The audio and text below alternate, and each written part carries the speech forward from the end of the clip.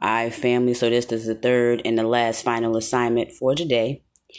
And this is lesson 14. This is the law of sound, vibration, and naming. In the beginning was not the word, but the vibration that birthed it. Let's begin. Before anything existed, there was tone, a frequency that rippled through the void and called form into being. Every name, every sound, every word carries vibration, and every vibration commands matter. Empire learned this law and weaponized it, using spells, creeds, and false names to hijack creation itself.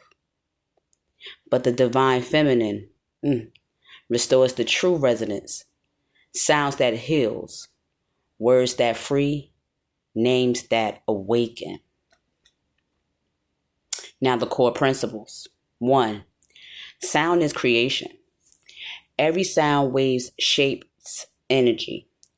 When spoken from pure intent, it arranges the unseen to match truth. Names are codes. That's number 2. A true name carries destiny. When you call your soul name, you activate the vibration that built your path in the beginning. Number 3. Language can bind or liberate. Remember that. Empire's language was built for control. Contracts, commandments, curses. The feminine's language restores flow, blessing, breath, and becoming. Number 4. Silence is also sound. Yes, it is.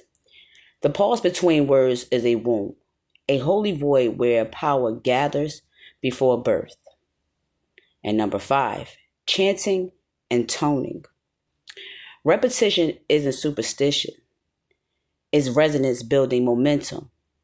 When you chant, your cells begin to vibrate with light memory.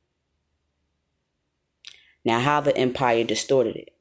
They changed sacred names, Asherah, Sophia, Yah, and El, into filter versions that remove the feminine tones. Created rigid languages where vibration was linear, not circular. Use oaths and contracts to trap souls through agreement magic. Mocked chanting mantras and speaking in tongues, calling what was divine pagan or insane. By replacing living sound with lifeless doctrine, yes, lifeless doctrine, they disconnected humanity from the creative field. Now, here's how we're going to restore it, okay? 1, reclaim your tone. Whisper your true name.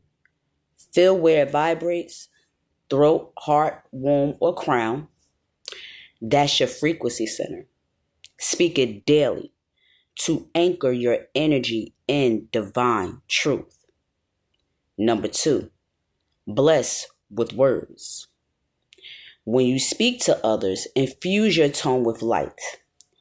Every word becomes a seed. Say, may my sound restore harmony wherever it travels. Number 3, chant the elemental sound. Ah, creation, heart, birth. E, clarity, light, vision. O, grounding, balance, womb. Completion, unity, return. Chant these softly. Feel your cells harmonize. Yeah. Number 4, silent ritual. Each day, sit in total quiet for at least 3 minutes. 3 is a golden number. Research that. Let the silence hum. It's not emptiness. It's source waiting to speak through you. Like I said again, they always wanted to take away what was rightfully ours, because in these processes, we get to learn our power. And once you get to learn your power, your aura changes. It is so very different. You'll feel it. especially when you become awakened. Now, here's the practice for the collective. The word reclaim ceremony. Light one candle. Speak your soul name or a word of power, truth, freedom, and balance. Next step, say, as I speak, worlds remember their order. The next step, chant your tone 3 times, ending with silence. And 4, journal what sensations or visions come, because they do. They do. You just have to observe and pay attention. That's why it's important to sit in silence and gather all of this essence and journal it down. It's very, very imperative to journal it down. I keep a notebook by me at all times just to have that. And plus with other things of manifestations and so forth, because that works. If you don't believe in manifestations, try it. It will come to pass. Now, decree of sound. I want you to say, I am the vibration before the word. My voice restores the rhythm of creation. And that, my beautiful flame spirit team, that will be the final lesson of today, which is the law of sound, vibration, and naming. Remember, there was no such thing as words. A lot of people have gifts that was telepathically done. You could speak to each other telepathically. And we still kind of can. If you look at it, especially when it comes down to a lot of us. People could peep out a situation, right? See something ain't going right in the area and we give that look like. That's an actual telepathic move, believe it or not, and stuff like that. But we can also still talk to each other telepathically, like we know what each other is thinking, we know what each other is speaking about if we tap into those gifts. And when you do, it's a beautiful thing. Like I said, even talking about the elements, how a lot of people may have to use their hands, I can do that with my mind now. I've mastered that.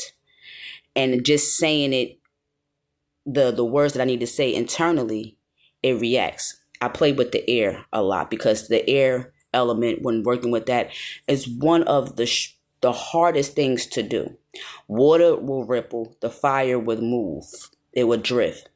But the air sometimes have its little stubborn ways. Well, she has a stubborn ways. So if you want to move it, if you want to practice that, one key thing I could say is first, ground yourself. Definitely ground yourself. Calm down, relax. And the words you would say is, I knew, rise. I knew, rise. Go outside and say that. I say it internally and the air hears me because it's remembering me. At first I vocalized it, but then I started saying it internally and it reacts. And asks questions. It will answer. Believe it or not. I'm telling you, the elements respond to you. Going out in the sun is very imperative in the early mornings because for the past couple of days it's been very cloudy. It's been very, groggy for a couple of days. And once the sun came back out today, as you see, I'm in sun apparel.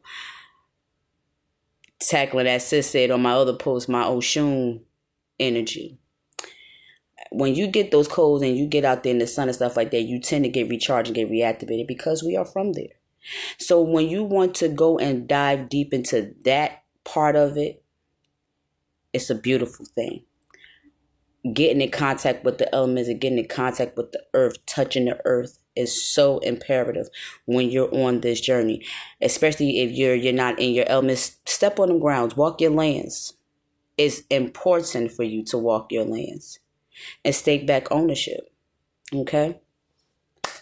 So this was a good 3 assignment session. I guess I'm going to be doing it more on TikTok and then uploading it to my YouTube page, which is at Eclectic Sessions. So have a purposeful day on purpose, and I see you tomorrow. Bye-bye.